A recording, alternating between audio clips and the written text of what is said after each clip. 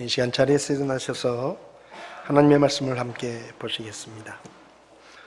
골로새서 3장 1절과 2절 말씀 두 절만 함께 보도록 하겠습니다. 골로새서 3장 1절 2절 말씀 우리 한 목소리로 같이 읽도록 하겠습니다. 그러므로 너희가 그리스도와 함께 일으켜졌거든 위에 있는 그것들을 추구하라. 거기에는 그리스도께서 하나님 오른편에 앉아 계시느니라. 위에 있는 것들에 너희의 애착을 두고 땅에 있는 것들에 두지 말라. 아멘. 서신절 잠깐 기도하겠습니다. 살아계신 하나님 아버지, 지금도 살아계셔서 우리와 함께 계시고 또 우리에게 말씀하시는 하나님을 믿습니다. 이 시간 하나님께서 우리에게 친히 말씀해 주시고 우리가 이 혼탁한 시대를 살아가며 사람의 생각과 세상의 지혜를 의지하지 않게 하시며 오직 하나님의 말씀을 통해 하나님이 가르치시는 하늘의 진리를 따라 살아갈 수 있도록 저희를 도와주시기를 원합니다. 세상이 혼탁할수록 우리가 하나님의 말씀을 더 가까이 하고 하나님 앞에 기도하는 데 힘써서 깨어있게 하시고 주님 다시 오실 때를 잘 준비할 수 있도록 저희를 도와주시옵소서. 이 시간 부족한 종을 주님께 맡기오니 주님께서 써주셔서 오직 하나님의 말씀만 선포되게 도와주시기를 원합니다. 혹 우리 가운데 아직도 구원받지 못한 영혼이 있으면 이 말씀을 통해 구원에 이르도록 주께서 은혜를 베풀어 주시옵소서. 이 시간을 주님께 맡기며 예수님의 이름으로 기도했습니다. 아멘. 자리에 앉으시기 바랍니다.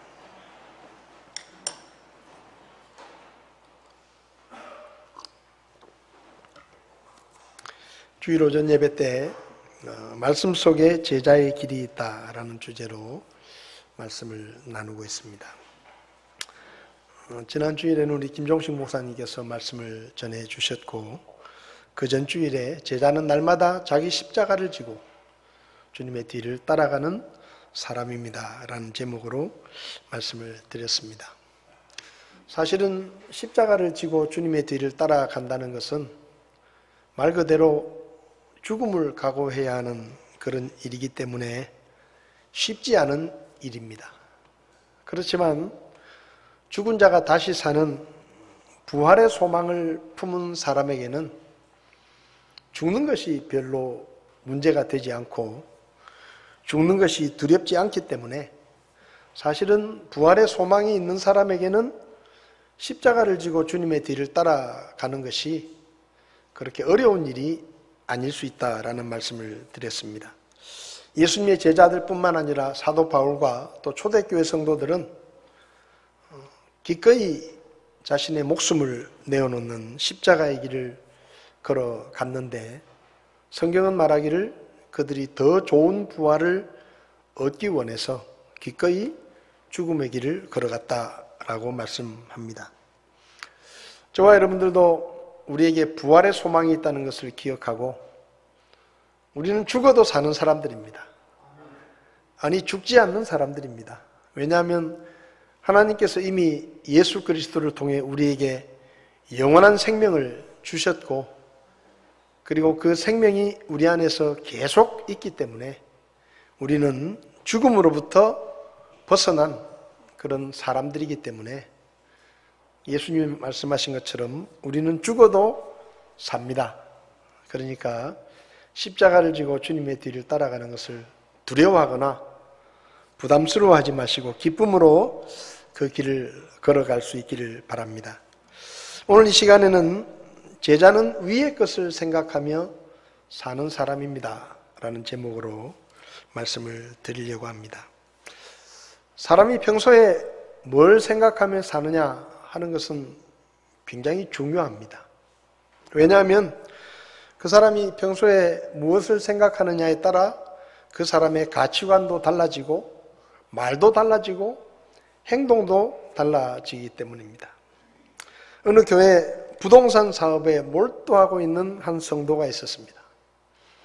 늘 집을 소개해주고 또 부동산 사업에 관심을 가지고 항상 머릿속에 이 부동산 생각만 하는 거죠. 근데 한 번은 이분이 교회에서 예배 시간에 회중 찬송을 인도를 하게 되었습니다. 근데 찬송 인도를 하면서 이렇게 말을 했습니다. 이 시간 다 같이 일어나셔서 찬송가 204동을 힘차게 부르시겠습니다. 무슨 말인지 들으세요. 그러니까 찬송가 204장을 함께 부르시겠습니다 해야 되는데 늘 부동산에 빠져가지고 아파트 생각을 하고 이러니까 찬송가 204동을 함께 부르시겠습니다. 이제 감미하시네. 또 어떤 분은 은퇴를 하고 별로 할 일이 없어서 바둑을 배우기 시작했습니다. 그래서 바둑을 배우기 시작하니까 바둑이 너무 재미가 있어서 앉아도 바둑판이 보이고 누워도 바둑판이 보이고 또 밤에는 온라인 바둑 게임에 빠져서 밤을 새우기도 하고 바둑이 너무 재밌는 거예요. 근데 이분이 어느 날 교회 예배 시간에 대표 기도를 하게 되었습니다. 아주 은혜스럽게 기도를 잘 했습니다. 근데 기도를 끝내면서 이렇게 말을 했습니다. 예수님의 이름으로 기도했습니다. 아다리.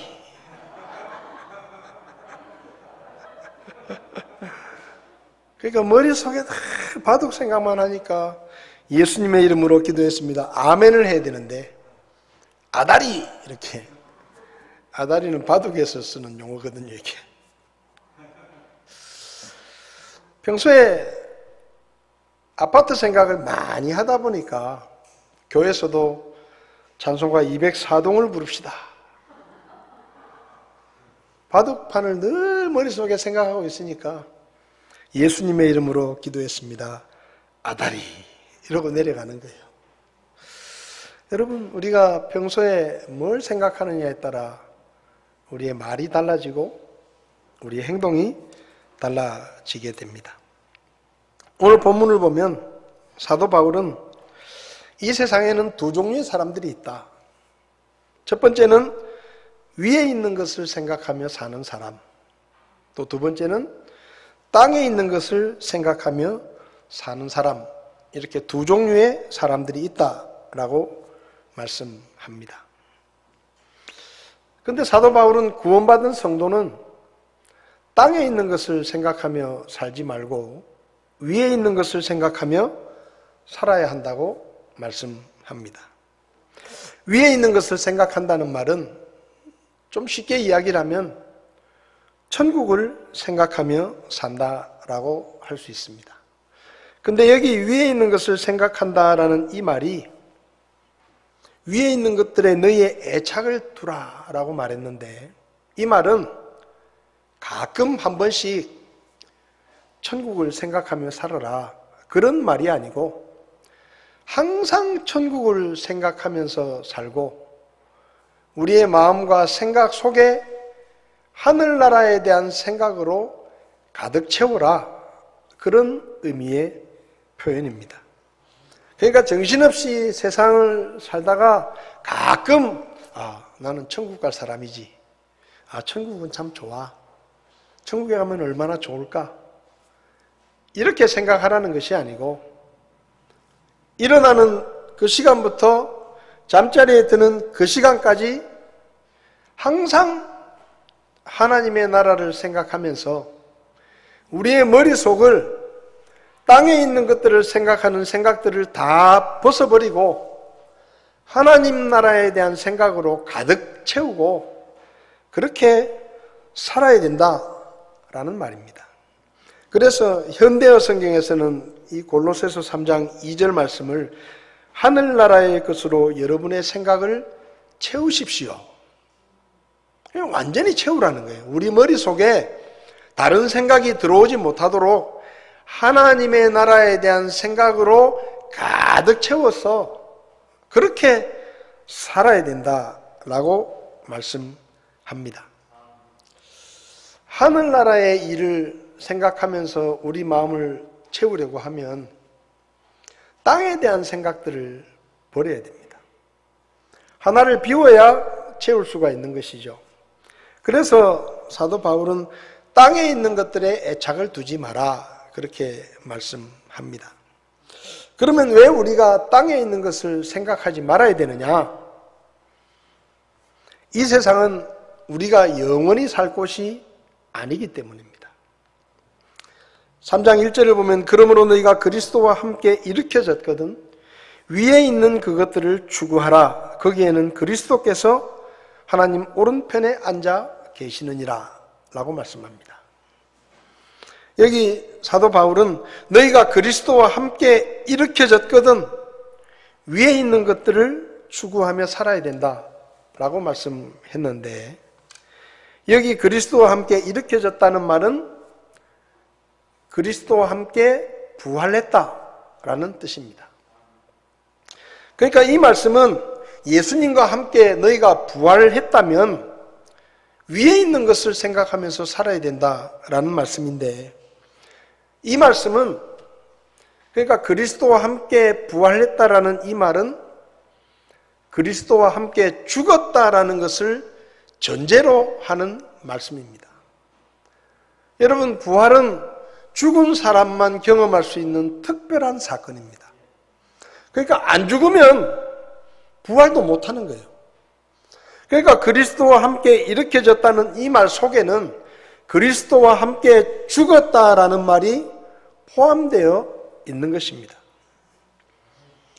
여러분은 죽음이 무엇이라고 생각하십니까? 국어사전을 찾아보면 죽음이라는 말을 좀 설명을 해 놓았는데, 생명체의 생명이 없어지는 현상이다 라고 죽음이라는 말을 설명해 놓았습니다. 그런데 저는 개인적으로 이 설명이 참 마음에 듭니다. 왜 마음에 드는가 하면 사전에서 죽음을 정의하기를 생명이 끝나는 것이라고 말하지 않고 생명이 없어지는 것이다 라고 말해요. 그러니까 생명이 끝나는 게 아니고 없어진다 라고 표현합니다. 여러분, 죽음은 끝이 아닙니다. 죽음은 생명이 그동안에 살던 세상에서 없어지고 다른 세상으로 옮겨가는 것이 죽음입니다. 그래서 이 사전의 의미를 좀 더 정확하게 설명하면 생명체의 생명이 그동안에 살던 세상에서 없어지는 현상이다라고 설명을 하면 제일 정확한 그런 설명입니다. 여러분, 죽음은 끝이 아니라 다른 세상으로 옮겨가는 하나의 과정입니다. 그래서 우리가 죽음을 표현할 때 세상을 떠났다 이렇게 표현하잖아요. 저 사람이 이제 끝났다 이렇게 표현하는 게 아니고 저 사람이 세상을 떠났다, 이 세상을 떠났다는 거예요. 때가 되어서, 떠날 때가 되어서 떠났다는 것입니다. 죽음이 끝이 아니라 하나의 과정이라는 것을 가장 정확하게 보여주는 것이 아기가 태어나는 것입니다. 사람은 어느 날 갑자기 하늘에서 뚝 떨어져서 이 세상에 살게 되는 것이 아니라 어머니의 자궁 속에서 10개월이라는 삶을 살다가 어머니의 자궁 밖으로 나와서 이 땅 위에서의 삶을 살게 됩니다. 그러니까 정확하게 이야기하면 사람의 인생은 우리가 생각하는 것처럼 이 땅에서의 인생이 첫 번째 인생이 아니라 어머니의 자궁 속에서 태아로 사는 그 10개월의 기간 정도가 사람이 사는 첫 번째 인생입니다. 그리고 어머니의 자궁 속은 사람이 사는 첫 번째 세상입니다. 그 첫 번째 세상에서 첫 번째 인생을 살다가 준비가 되면 어머니의 몸 밖으로 나와서 땅 위에서 살게 되죠. 그러니까 사실상 아기는 어머니의 자궁 속이라는 첫 번째 세상을 떠나서 두 번째 세상인 땅 위의 세상에 태어나서 땅 위의 세상을 살게 되는 것입니다. 그래서 죽음이라는 말은 세상을 떠났다, 정확한 표현입니다. 그리고 다른 세상에서 나타나는 것이죠. 별세라는 말도 전직 대통령이 별세하셨습니다. 뉴스가 나오잖아요. 별세라는 말이 뭐죠? 지금까지 살던 세상과 이별했다, 이런 말입니다. 그러니까 끝났다는 게 아니에요. 지금까지 살던 세상과 이별했다. 10개월을 살던 어머니의 자궁이라는 세상에서 이별해서 그 세상을 떠나서 어머니의 몸 밖으로 나와서 새로운 세상에서 새로운 인생을 사는 것이 바로 죽음이다 라고 이야기할 수 있는 것입니다. 사람의 인생을 좀 표로 표현을 해봤습니다. 어머니의 자궁이라는 첫 번째 세상에서 태아로 10개월을 사는 것이 사람이 사는 첫 번째 인생입니다. 그 다음에 어머니의 자궁을 떠나서 첫 번째 세상을 떠나서 땅 위에 태어나서 땅 위에서 80년 혹은 90년의 인생을 사는 것이 사람이 사는 두 번째 인생이라고 이야기할 수 있습니다. 첫 번째 인생과 두 번째 인생은 하나님께로부터 받은 영혼과 아버지로부터 물려받은 흙에 속한 몸을 가지고 삽니다. 그러니까 하나님께로서 온 영혼이 아버지로부터 물려받은 흙에 속한 이 몸 안에서 80년, 90년을 사는 것이 두 번째 인생이라는 거죠. 그런데 어머니의 자궁 속을 떠나면 어머니의 자궁 속에서는 없어지는 겁니다. 그리고 땅 위의 세상에 나타나는 것이죠. 이게 죽음이에요. 그러니까 죽음은 마치 이사하는 것과 같습니다. 제가 부산에서 살다가 대구로 이사를 왔는데 부산에서는 제가 없어졌습니다. 그죠? 부산에서 어제까지 있었는데 제가 이사를 가버리니까 부산에서는 제가 없어진 거예요. 근데 대구에 갑자기 나타났습니다. 그러니까 새로운 세상에서 새로운 인생을 살기 위해서 옮겨가는 것이 우리가 생각하는 이사인데 죽음도 어쩌면 그런 이사와 비슷하다라고 이야기할 수 있습니다. 그러면 이렇게 두 번째 인생을 80년, 90년을 땅 위에서 살다가 때가 되면 이 세상을 떠납니다. 끝나는 게 아니고 그럼 이 세상을 떠나서 어디로 가느냐? 이제는 영적인 세상으로 들어가는 거죠. 근데 우리가 가지고 있는 이 땅에 속한 몸은 영적인 세상에 들어갈 수가 없어요. 그래서 우리의 영혼이 땅에 속한 몸과 헤어지는, 땅에 속한 몸을 벗어나는 과정을 우리가 쉽게 말하는 죽음이다라고 이야기합니다. 그래서 땅에 속한 몸은 사람이 죽으면 더 이상 쓸모가 없기 때문에 땅 속에 묻습니다. 너는 흙이니 흙으로 돌아갈지니라. 그래서 흙에 속한 몸이 흙으로 돌아가는 거예요. 그러면 우리 안에 있는 영혼은 하나님께로부터 왔기 때문에 흙에 속한 몸을 떠나서 영의 세계로 들어가는데 그게 소위 말하면 세 번째 세상이고 세 번째 인생입니다. 그런데 이 세 번째 세상은 한 곳이 아니에요. 성경을 보면 이 세 번째 세상은 두 곳으로 나누어져 있는데 죄를 용서받고 죄가 없는 사람의 영혼이 가는 낙원이라는 곳이 있고 죄가 있는 사람이 죽으면 죄인의 영혼이 가는 지옥이라는 세 번째 세계가 있습니다. 그래서 죄가 없는 사람은 낙원이라는 세 번째 세상에 가서 세 번째 인생을 살고 죄인의 영혼은 지옥이라는 세 번째 세상에 가서 세 번째 인생을 사는데 이 세 번째 인생의 기간은 아무도 모릅니다. 얼마나 사는지 모릅니다. 왜냐하면 이 세 번째 인생은 낙원에 있는 영혼과 지옥에 있는 영혼의 인생이 다르기 때문입니다. 그러면 낙원과 지옥에서 뭐 하느냐? 마치 어머니의 뱃속에서 10개월을 살면서 땅 위의 인생을 준비하고 땅 위의 인생을 살면서 세 번째 인생을 준비하는 것처럼 세 번째 인생에서도 낙원과 지옥에서 영의 세계로 완전한 영원한 영의 세계로 들어가기 위해서 영에 속한 몸을 입어야 되는데 그 영에 속한 몸을 입을 때까지 기다리는 장소가 바로 낙원과 지옥입니다. 낙원에 있는 의인의 영혼들은 죽지 않는 영에 속한 몸을 입은 후에, 이게 부활이죠. 그 몸을 입은 후에 천년왕국을 거쳐서 새 예루살렘이라고 하는 영원한 천국에 들어가게 됩니다. 그리고 지옥에 있는 죄인의 영혼은 영에 속한 몸을 입은 후에 최후의 심판을 받고 하나님을 대적했던 마귀의 세력들과 함께 불호수에 가서 영원히 살게 됩니다. 이게 새 예루살렘과 불호수에 들어가서 영원히 사는 삶이 사람에게는 네 번째 인생이면서 마지막 인생입니다.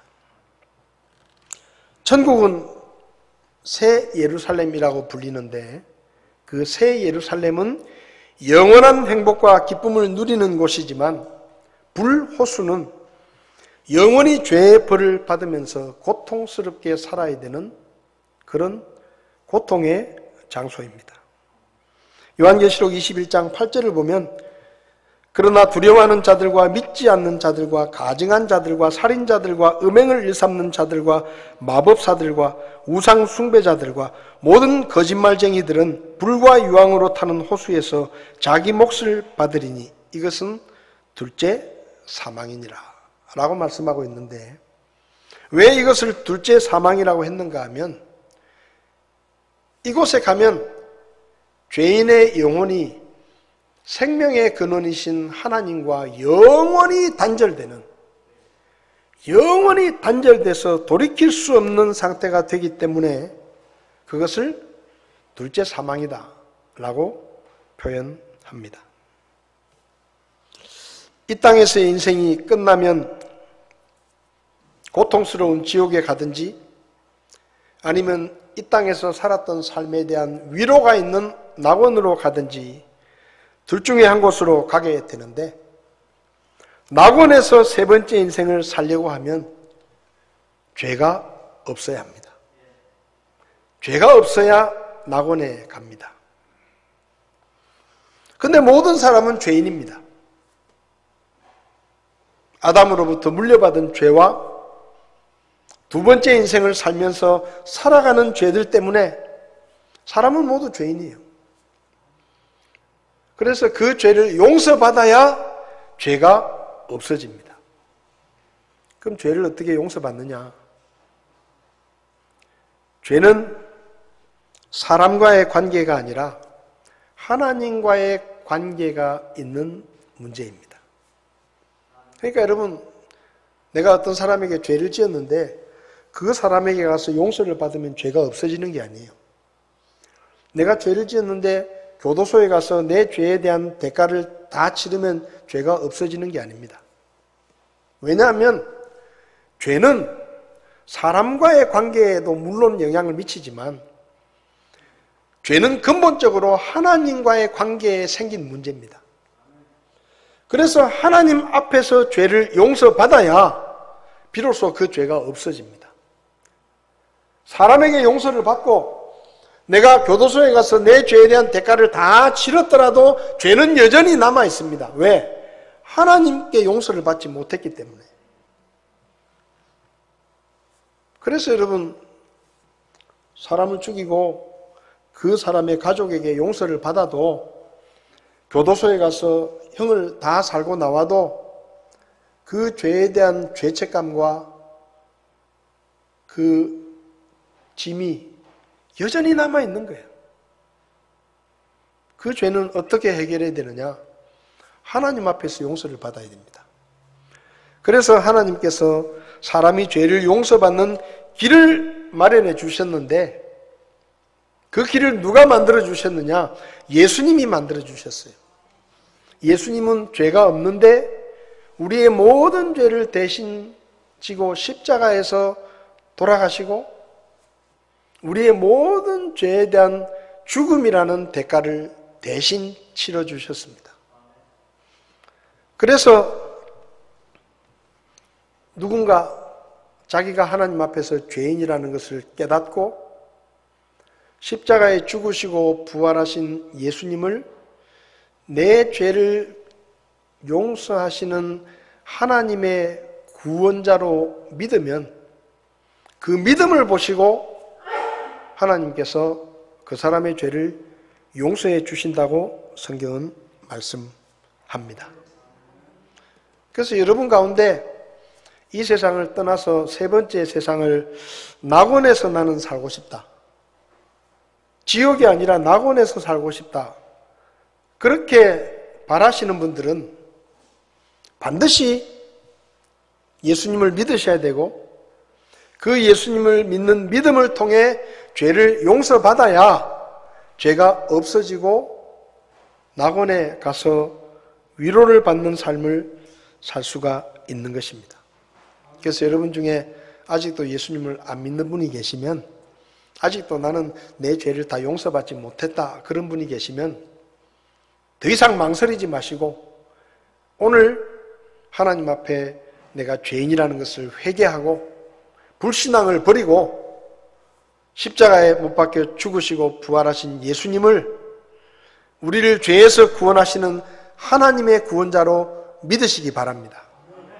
그러면 하나님께서 여러분의 모든 죄를 다 용서하시고 무죄 판결을 내리십니다. 그러면 죄가 없어지는 거예요. 그러면 그런 사람이 죽으면 죄가 없기 때문에 낙원으로 가서 세 번째 인생을 살 수 있습니다. 성도 여러분, 구원받은 우리는 지금은 이 땅에 삽니다. 왜냐하면 땅에 속한 몸을 입고 있기 때문에 우리는 어쩔 수 없이 지금 이 세상에 살아요. 근데 이 세상은 우리가 영원히 살 곳이 아니에요. 때가 되면 이 세상을 떠납니다. 이 세상에서는 죽어요. 그리고 세 번째 세상에서 태어나요. 이사 가는 겁니다. 그래서 이 세상은 우리가 영원히 살 곳이 아니에요. 여러분도 여행을 좀 해보셨죠? 요즘 코로나 때문에 우리가 여행을 거의 못 가는데 해외여행을 갈 때는 될 수 있으면 선진국으로 여행을 가는 게 좋습니다. 아주 후진국으로 여행을 가면은요, 너무 불편해요. 제일 좋은 호텔이라고 해서 갔는데 물 나오는 시간이 딱 정해져 있어요. 몇 시부터 몇 시까지만 물이 나와. 그럼 그 시간에 맞춰서 씻어야 돼요. 전기도 어떤 데 가면 전기도 몇 시부터 몇 시까지만 전기가 들어오고 나머지는 정전이에요. 불편한 게 너무 많아요. 그리고 후진국에 여행을 가면 어떤 때는 최고급 호텔이라고 갔는데 전기 꼽는 콘센트도 고장이 나 있고 수도도 막 고장이 나 있고 이런 경우도 많아요. 근데 여러분, 재밌는 게 있어요.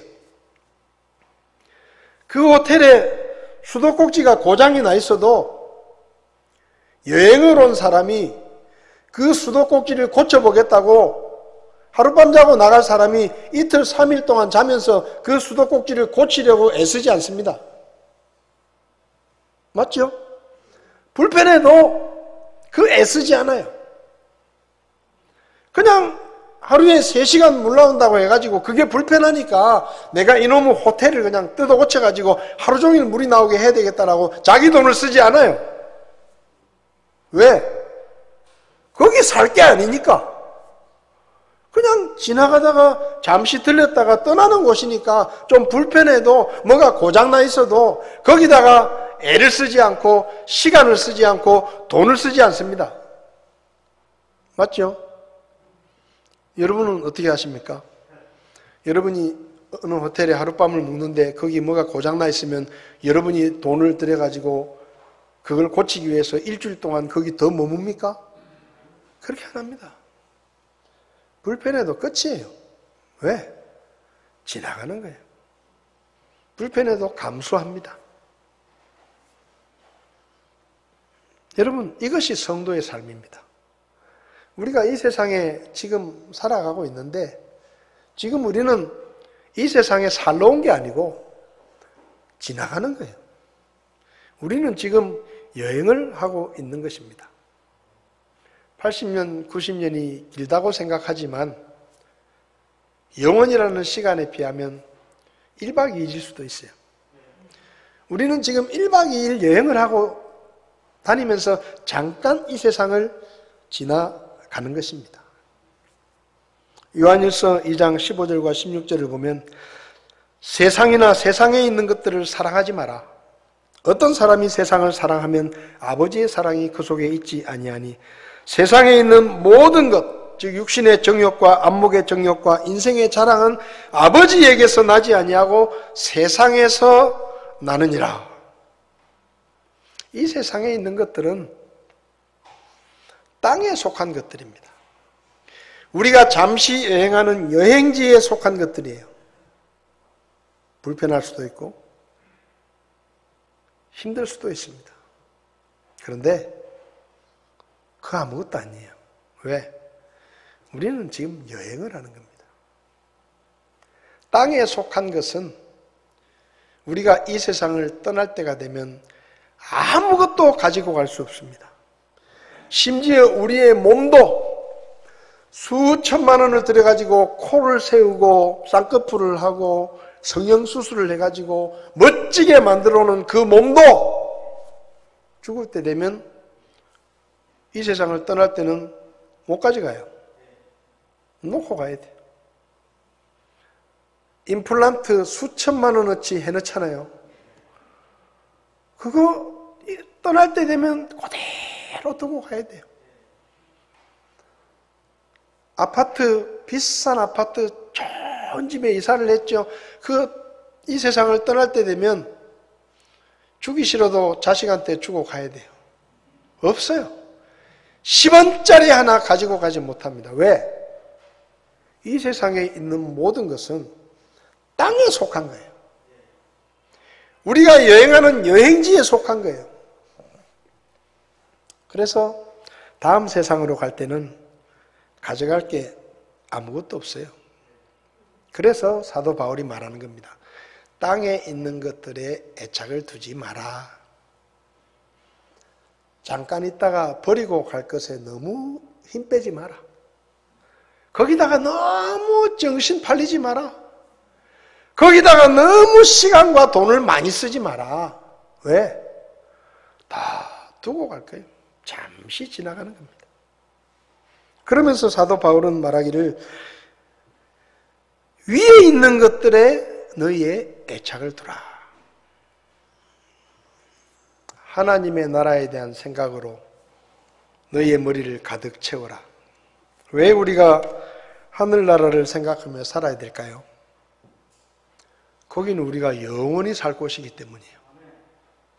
거기는 영원히 살 곳입니다. 이 땅은 우리가 잠시 머물다 지나가는 여행지지만 하나님의 나라는 저와 여러분들이 영원히 살 곳입니다. 그래서 거기다가 관심을 가져야 돼요. 집을 생각해 봅시다. 그냥 월세집, 전세집 주인이 횡포를 부려가지고 더 살고 싶은데 쫓겨나고 그러면서 전세집을 전전긍긍하다가 그렇게 살다가 새 아파트를 분양을 받았다고 생각을 해봅시다. 근데요, 그 전세집에 살다가 친구가 좋은 아파트에 사는데 그 친구 집에 놀러 갔다 오면 마음속에 잠깐 동안은 부럽다 그런 생각이 들지만 그 친구 아파트 생각을 계속 생각하진 않습니다. 근데 내가 살 아파트를 분양받으면 전혀 다릅니다. 차를 타고 가다가 내가 이사갈 아파트 공사 현장을 지나가게 되잖아요. 그러면요, 왠지 모르게 기분이 좋아. 아, 드디어 공사가 저만큼 많이 지어졌구나. 아, 이제 꽤 많이 올라갔구나. 아, 이제 곧 이사 가겠구나. 내 집 생각이 나는 거예요, 내 집 생각이. 다른 공사장을 지나갈 때는 그런 생각이 안 들어요. 근데 내가 이사갈 아파트를 분양받은 그 공사 현장을 지나가면 괜히 관심이 가고, 아, 지난번보다 많이 지었네. 아, 잘 짓고 있네. 이런 생각이 들고, 아, 새 집이 어떻게 지어질까? 그게 기대가 돼가지고, 괜히 그 앞에 지나가면 기분이 좋아져요. 그렇게 공사가 다 되어가고, 이제 입주할 때가 되면 또 생각이 달라집니다. 보통 아파트를 분양받으면 이사가기 두세 달 전에 입주 사전 점검이라는 것을 합니다. 내가 이사갈 집이 잘 지어졌는지 혹은 하자가 없는지. 저는 아파트 분양도 안 받아봤는데 이번에 이렇게 설교 준비를 위해서 살펴보니까 그렇더라고요. 한 두세 달 전에 사전 입주 점검을 하는데 그때 이만큼 인쇄를 해가지고 갑니다. 거실 꼼꼼하게 체크를 하는 거예요. 거실에 뭐 잘 돼 있나, 전기는 잘 돼 있나, 장판은 잘 깔려 있나, 벽지는 잘 붙어 있나, 그 다음에 부엌의 가구는 원래 모델하우스에 있던 거하고 똑같은 건가 아니면 다른 건가, 전기는 잘 켜지나, 수도 물은 잘 나오나, 보일러는 잘 되나, 오만 거를 다 점검을 해야 돼요. 왜? 하자가 있으면 그때 얘기를 해야, 사전에 점검을 해가지고 그때 하자가 있으면 얘기를 해야 고쳐주지. 입주 다 하고 나서 뭐가 고장나면 그때부터는 내 책임이에요. 그래서 입주 사전 점검을 정말로 꼼꼼하게 합니다. 그래서 어떤 분들은 친구까지 데리고 와요. 친구까지 같이 데리고 가가지고 야, 같이 좀 봐줘. 그렇게 집을 보고 옵니다. 근데요, 그 집을 보고 오면 그때부터는 완전히 사람이 달라져요. 머릿속에 그 집밖에 생각 안 해요. 내가 이사갈 그 집만 생각해요. 홈쇼핑에 좋은 게 나오면 아, 저거 내가 이사갈 집 거실에 달면 좋겠다. 이런 생각이 들어요. 생각하려고 애를 쓰지 않아도. 네? 친구 집에 놀러 갔는데 이렇게 거실에 거실장이 좋아요. 그러면 물어봐요, 괜히. 야, 저거 어디서 샀냐? 나도 이사가면 우리 거실에도 저거 하나 놓으면 좋겠다. 그 누가 옆에서 야, 생각해. 계속 생각해. 그렇게 강요하는 것도 아닌데 저절로 생각이 나요. 머릿속에 온통 새 집으로 이사갈 생각밖에 안 해요. 새 집을 어떻게 꾸밀까를 생각하면서 설레임과 기대 속에서 입주할 날만을 기다립니다. 그게 사람이에요. 제가 이 시간에 저와 여러분들이 장차 들어가 살게 될 천국에 대해서 입주 사전 점검을 시켜드리겠습니다. 입주를 위해서 새 아파트에 가면 하자가 있을까봐 신경 써서 구석구석 봐야 되는데 천국은 하나님이 만들어 놓은 곳이니까 절대 하자가 없습니다. 그러니까 오늘은 편안하게 입주 사전 점검을 해보시기 바랍니다. 요한계시록 21장에 천국에 대해서 나오는데요. 21장 1절과 2절을 보면 천국은 신랑을 위해 단장한 신부같이 아름다운 모습으로 하늘에서 새로 생겨난 땅으로 내려온다라고 말씀합니다. 여러분, 꼭 그런 건 아니지만 자매님들이 가장 정성을 들여 꾸미고 가장 아름답고 가장 우아하게 보일 때가 언젠가 하면 결혼식 날입니다. 신랑을 위해서 신부가 단장을 할 때 그 신부로 단장을 하고 그 예식장에 들어오는 그 모습이 신랑을 매혹시키는 거예요. 그렇지 않습니까? 그래서 늘 어제까지도 데이트를 했는데 결혼식장에 나타난 신부는 딴 사람이야. 완전히 딴 사람이에요. 그렇게 예쁠 수가 없어요. 평생 최선을 다해서 가꾸고 최선을 다해서 마사지를 하고, 그날은 화장이 잘 받아야 되니까 마사지도 일찍 일어나가지고 준비하고, 화장도 내가 안 하고 전문가의 손길에 맡기고, 그래서 완전히 새로운 사람으로 가장 아름다운 모습으로 변신하는 날이 웨딩데이입니다. 근데 천국을 뭐라고 표현했느냐? 신랑을 위해서 단장한 신부같이 준비된 모습으로. 그 다음에 3절을 보면 천국은 하나님이 친히 우리와 함께 계시는 곳입니다. 하나님이 직접 우리와 함께 계신다. 세 번째로 4절을 보면 천국은 땅에서 겪는 인생의 고통이 전혀 없습니다. 하나님께서 그들의 눈에서 모든 눈물을 씻어 주시리라. 울 일이 없다는 얘기예요. 다시는 사망이 없고 슬픔도 울부짖음도 없으며 또 아픔도 다시는 없다.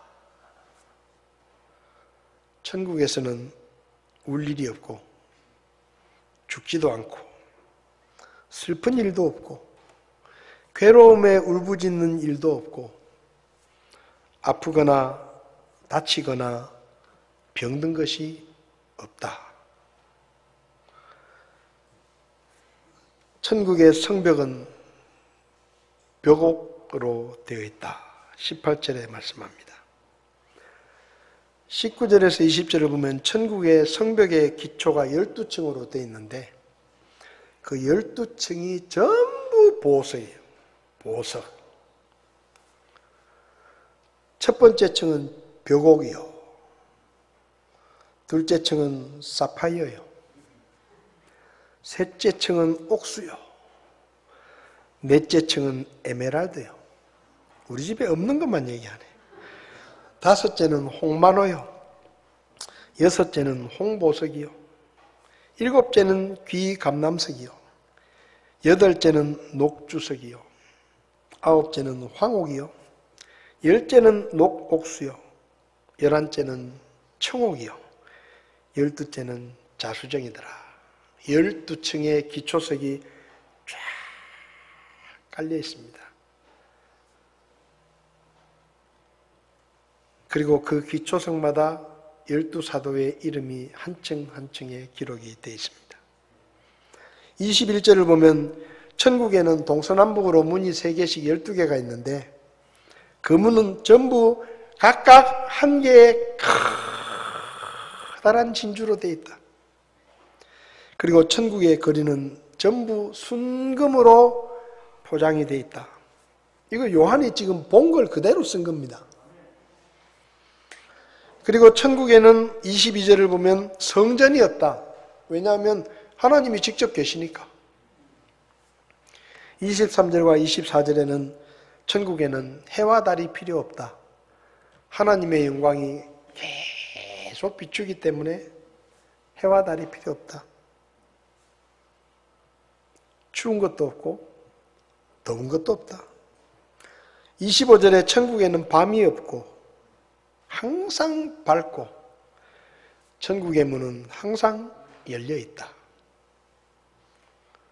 여러분, 문이 열려 있다는 것은 그 안에 가장 강한 자가 있다는 표시입니다.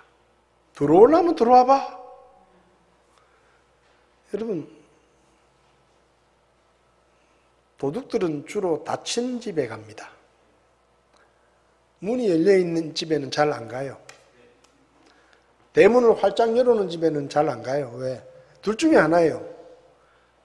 훔쳐갈 게 없든지 아니면 누가 도둑질 하러 오더라도 자신 있는 사람이 살든지. 천국의 문은 항상 열려있다. 27절을 보면 더럽게 하는 것은 어떤 것이든지 결코 그것으로 들어가지 못하며 또 무엇이든지 가정한 것을 이루게 하거나 거짓말을 지어내는 것도 들어가지 못한다. 천국에는 더러운 게 없고 가증스러운 게 없고 거짓된 게 없고 악한 것이 없습니다. 천국에는 보이스피싱이 없습니다. 천국에는 사기꾼도 없습니다. 도둑도 없습니다. 천국은 정육면체 모양인데 이게 새 예루살렘 성이에요. 성. 우리가 천국을 이야기할 때 뭐 나라가 아니고 그냥 하나의 도시입니다. 도시. 근데 정육면체 같이 생긴 도시인데 가로 세로 높이가 12,000 스타디온이라고 했습니다. 키로수로 계산하면 2,304km. 그러니까 가로 2,304km, 세로도 높이도 2,304km. 그러니까 가로 세로 높이가 전부 2,304km인 딱 정육면체예요. 부피로 따지면 지구의 5.6분의 1 정도 됩니다. 이 지구의 5.6분의 1 정도. 바닥 면적만 따지면 530만 8,416 평방키로. 서울 면적의 8,774배. 한반도 면적의 24배 정도 됩니다. 높이는 2,304km인데 우리나라에서 가장 높은 123층의 롯데월드타워의 4.5배 정도 되는데 아파트로 따지면 887층짜리 아파트입니다. 에게 그렇게 작아? 적지 않습니다. 적지 않아요. 또 천국에서는 우리가 이 땅에 속한 몸을 가지고 사는 게 아니고 영에 속한 몸을 가지고 살기 때문에 공간의 제약을 받지 않습니다. 이해되시죠? 이 땅에서 10명이 있을 수 있는 자리에 영에 속한 몸을 가진 사람은 100만 명도 있을 수 있고 1000만 명도 있을 수 있습니다. 그러니까 이 땅으로 생각해가지고 천국이 저렇게 작다 생각할 필요가 없어요. 동서남북으로 3개의 문이 있는데 그 문에는 12천사가 문 앞에 천사가 한 명씩 지키고 있고 문들 위에는 이스라엘의 12지파의 이름이 적혀 있고 12기초석에는 12제자의 이름이 적혀 있다. 22장에 넘어가면 천국에는 하나님의 어린 양의 왕자로부터 생명수의 강이 흘러나오고 그 거리의 한가운데와 생명수 강의 양쪽에는 계절에 따라 매월마다 새로운 열매가 열리는 12가지 종류의 열매가 열리는 생명나무들이 쫙 심겨져 있다.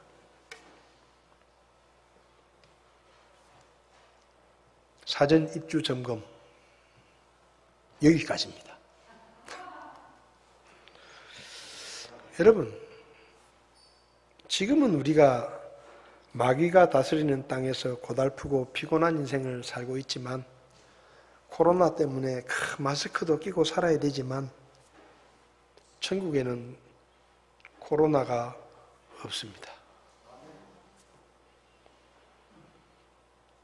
천국은 영원한 행복과 기쁨이 있는 곳입니다. 천국에 가면 우리는 이 세상에서는 한 번도 누려보지 못한 완전한 기쁨, 완전한 행복을 누리면서 영원히 살게 될 것입니다. 눈물이 없고 죽음과 질병이 없고 슬픔과 아픔이 없고 이별이 없고 울부짖음과 고통이 없고 그 어떤 차별이나 억울함도 없고 수고와 고생도 없는 그곳에서 저와 여러분들은 영원히 우리를 위해 목숨까지 아끼지 않고 내어주실 만큼 죽도록 사랑하시는 그 하나님과 예수님과 함께 영원히 살게 될 것입니다. 그러니까 잠깐 있으면 떠날 이 땅에 대한 생각 이제 그만하세요. 어떻게 하면 이 땅에서 더 잘 먹고 잘 살 수 있을까? 어떻게 하면 이 땅에서 좀 더 오래 살 수 있을까? 어떻게 하면 우리 자녀들이 이 땅에서 더 잘 먹고 잘 살 수 있을까? 어떻게 하면 더 많은 돈을 벌어서 더 좋은 집에서 살고 더 좋은 차를 타고 더 좋은 옷을 입고 지금보다 더 나은 삶을 살 수 있을까? 그래봤자 1박 2일이에요. 그래봤자. 천국을 생각하시기 바랍니다. 하나님의 나라를 생각하시기 바랍니다. 우리가 가서 영원히 살 그 하나님의 나라를 생각하며 매일매일 여러분의 생각을 하나님 나라에 대한 생각으로 채우시기 바랍니다. 여러분이 하나님 나라에 대한 생각으로 여러분의 생각을 채우는 만큼 여러분의 생각에서 땅의 것들에 대한 생각들이 사라지게 될 것입니다. 오늘부터 결심을 하십시오. 나는 눈 뜨는 순간부터 잠들 때까지 하나님의 나라만 생각하며 살아야 되겠다. 그러면요, 돈이 없어도 기분이 좋아집니다. 몸이 불편해도 마음이 행복해집니다. 하는 일이 제대로 되지 않아도 나에게 하나님의 나라가 있다는 것을 생각하면 새로운 힘이 나고 용기가 생기고 마음의 여유가 생깁니다. 그렇게 사시기 바랍니다. 다 일어나시겠습니다.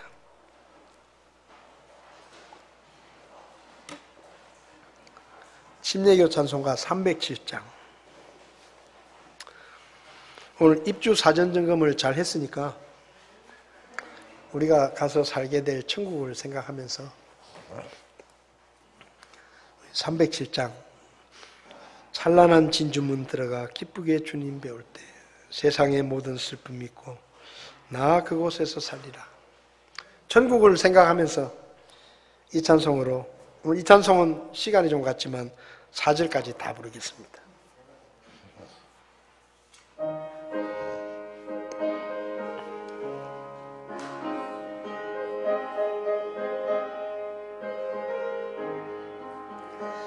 찬란한 진주문 들어가 기쁘게 주님 배울 때 세상의 모든 슬픔 잊고 나 그곳에서 살리라. 나 고대하던 주를 만나리. 나 그날 기뻐 주께 안기리. 이 세상 모든 짐을 벗고서 찬란한 시온성에 살겠네. 죽음의 저편 언덕에서 천사의 노래 들릴 때 앞서간 성도들과 함께 환희의 노래 부르리. 나 고대하던 주를 만나리. 나 그날 기뻐 주께 안기리. 이 세상 모든 짐을 벗고서 찬란한 시온성에 살겠네. 인생의 수고 다 끝나고 천지가 다 멸하여도 나 슬픔 탄식 다시 없고 영원한 일뿐일세. 나 고대하던 주를 만나리. 나 그날 기뻐 주께 안기리. 이 세상 모든 짐을 벗고서 찬란한 시온성에 살겠네. 어둠 불안함이 사라지고 인생의 모든 짐 벗고 저 시온성에 들어가서 나 기뻐 뛰며 살리라.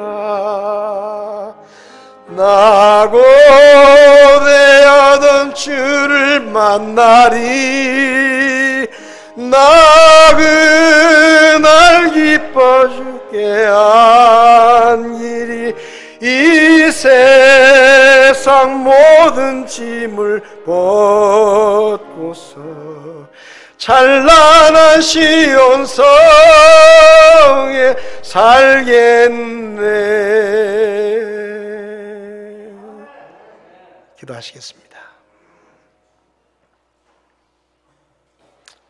혹시 여러분 가운데 목사님, 저는 아직 구원받지 못했습니다. 저는 아직 예수님을 믿지 않습니다.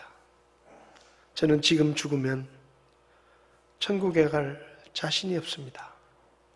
저도 예수님을 믿고 죄를 용서받기 원합니다. 저도 구원받기 원합니다. 천국에 가기 원합니다. 혹시 그런 분이 계시면 오른손을 잠깐 들어주시면 제가 기도해 드리겠습니다. 그런 분 계시지 않습니까? 성도 여러분, 우리에게는 영원한 천국이 있습니다.